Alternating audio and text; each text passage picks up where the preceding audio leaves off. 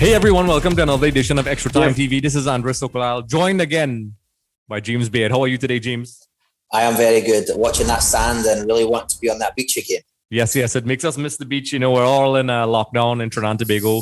But, at least we have something to look at. Trinidad and Tobago took on Costa Rica in the opening game in the Concacaf Beach Championship. That pretty much just today was its first day. And the first game ended 5-3 to Costa Rica, but don't let the scoreline fool you. It was a pretty close game up until the third period. We got goals from let me just pull up the names. Ryan Augustine, two brilliant free kicks, I must say, and from Dominic McDougall. So James, even though Costa Rica got the result, the win, the W in the end, what do you think about this game? I think it was quite an interesting game. There was lots of, for example, right from the word go, there was lots of saves, obviously beach soccer, as they call it, is very different to, there's not so much passing. It's more goalkeepers throwing it out or chipping the ball up to here and there. But it was a very exciting game. I think we saw two very good teams. I thought Trinidad did themselves very proud. The two free kicks actually from Augustine was fantastic.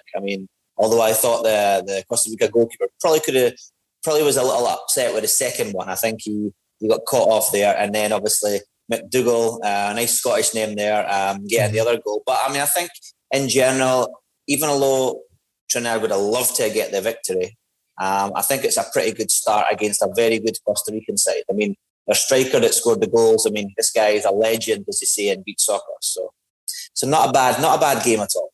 Yep, as you all know, James and I are football guys, or soccer for you Americans.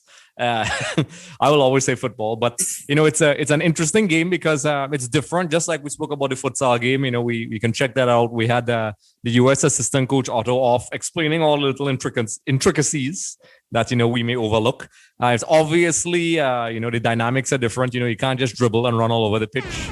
The passing is different. The type of shooting, which James pointed out. Sometimes you could shoot from pretty much anywhere. It's a goal scoring opportunity. The bicycle kick seemed to be the technique of choice for Costa Rica.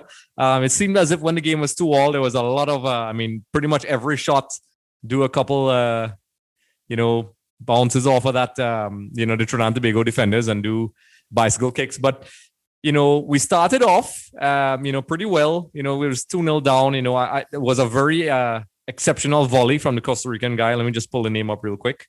It was from Gamboa. Now, that goal was pretty impressive. You guys can go back and look on the Concacaf YouTube channel with that goal. And then they had the second goal. And heading into the third period, we got two brilliant equalizers from Ryan Augustine.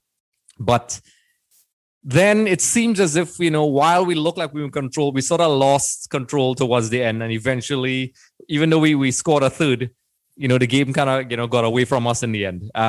James, this is something that we've seen sometimes where we play in brilliant games and just small episodes, we seem to get it wrong. So even though, we're football guys, we can still analyze the game. And that is one area that I highlighted that I think we may have lost that match, because I think, to be very honest, we looked like we were genuinely toe-to-toe with these guys. But what do you think about that particular period in the third period where we kind of lost control of the game? Well, you're right. I think there was not a lot between the two teams, especially when we got those two free kicks back. Now, it all came down to game management there. Now, I'm not going to claim to say I'm a fantastic beach soccer coach. I've never coached it. I don't know the intricacies of the coaching techniques and all these things. But to me, it looked as if we could have probably managed the game, sent players on, just manipulated time, let's say, to get a result out of the game. It didn't go our way. But again, as I say, I will come back to the fact that I am not, I don't have all the knowledge on beach soccer, so I can't say if, maybe that's what the coach wanted to do and it just didn't go that way, But to me, it looked as if we could have managed the time a little better, especially as it was in the closing minutes of the game, Yep, I agree. And, I'm the same way. I'm not going to pretend that I'm a beach soccer expert. But, just from my observations, there was a period of time when we were 2-2. We did seem to overcommit. And that was just one time we overcommitted an attack and we sort of got, I don't want to say caught on the breakaway, but that little episode sort of changed the game. And then in the attempt to chase to get the equalizer, I think that's where they sort of the favor of the game swung towards Costa Rica. And for folks who want to hear from the coach, from Ramiro Amire. I don't know if I'm pronouncing it correctly. Please forgive me if I'm not. But we have the post-match conference where I was there, and he explained in his own words. I'll put a link in the description below where you could look at right after this video, where he explained his tactics and why he did what he did in the post-match press conference, as well as some comments from Ryan Augustine. So, we're not going to add too much. There are a couple other games. In the group is USA as well. And the expectations, I guess, will not be great because I think USA is a very strong team. But this team, based on this performance, I think did pretty well, James. And I think, we could look forward to the other games where James and I will give our post-match reaction. And hopefully Trinidad and Tobago does well, James. So unless, James, do you have anything else to add before we wrap things up? Well, I think, obviously the game against America, I think will be a little step up again in a sense. I know a few of my friends actually play in America, and they're very competitive at it actually, So I'm curious to see what they come with, because I think I saw Turks and Caicos were playing just before this match as well. Mm-hmm. And I know some of the Turks and Caicos players that I coached over the years as well, a couple of years back there. So, I know this Concacaf Beach Soccer Series is a big thing now. I think the Trinidad team have went over the last, couple of episodes and done pretty well. So I'm hoping, Trinidad can pull something back against America. But again, it's all about the spectacular overhead kicks. Showtime was there. He wasn't the normal Showtime that we know tonight. He didn't have a blockbuster, as they say. But it's nice to see all the fancy overhead kicks, the headers, and all that. So it keeps us on our edge of our seat. So I'm looking forward to that in the coming up games. So it was a very exciting game, this one, and we look forward to a lot more.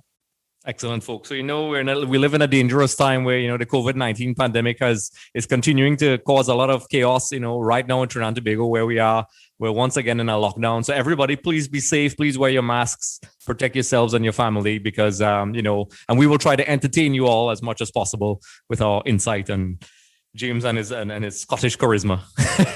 So, folks, the group, I'm just going to pull up the group before we go. So in case you guys want to know, and gals, it's we're in Group C with USA, Costa Rica, and of course, as James said, Turks and Caicos Islands. Who knows? Never say never. We have a chance. Based on tonight's game, I'm encouraged, and we will definitely take a look at the upcoming game. So stay tuned for the post-match comments from the coach himself, and also, feel free to check out our other videos on the YouTube channel with the futsal, esports, and pretty much everything football. So thanks for joining us. Just a reminder, everyone, for more episodes with Shaka Hislop, be sure to head over to our YouTube channel. Also, don't forget to subscribe for more updates, interviews, and content.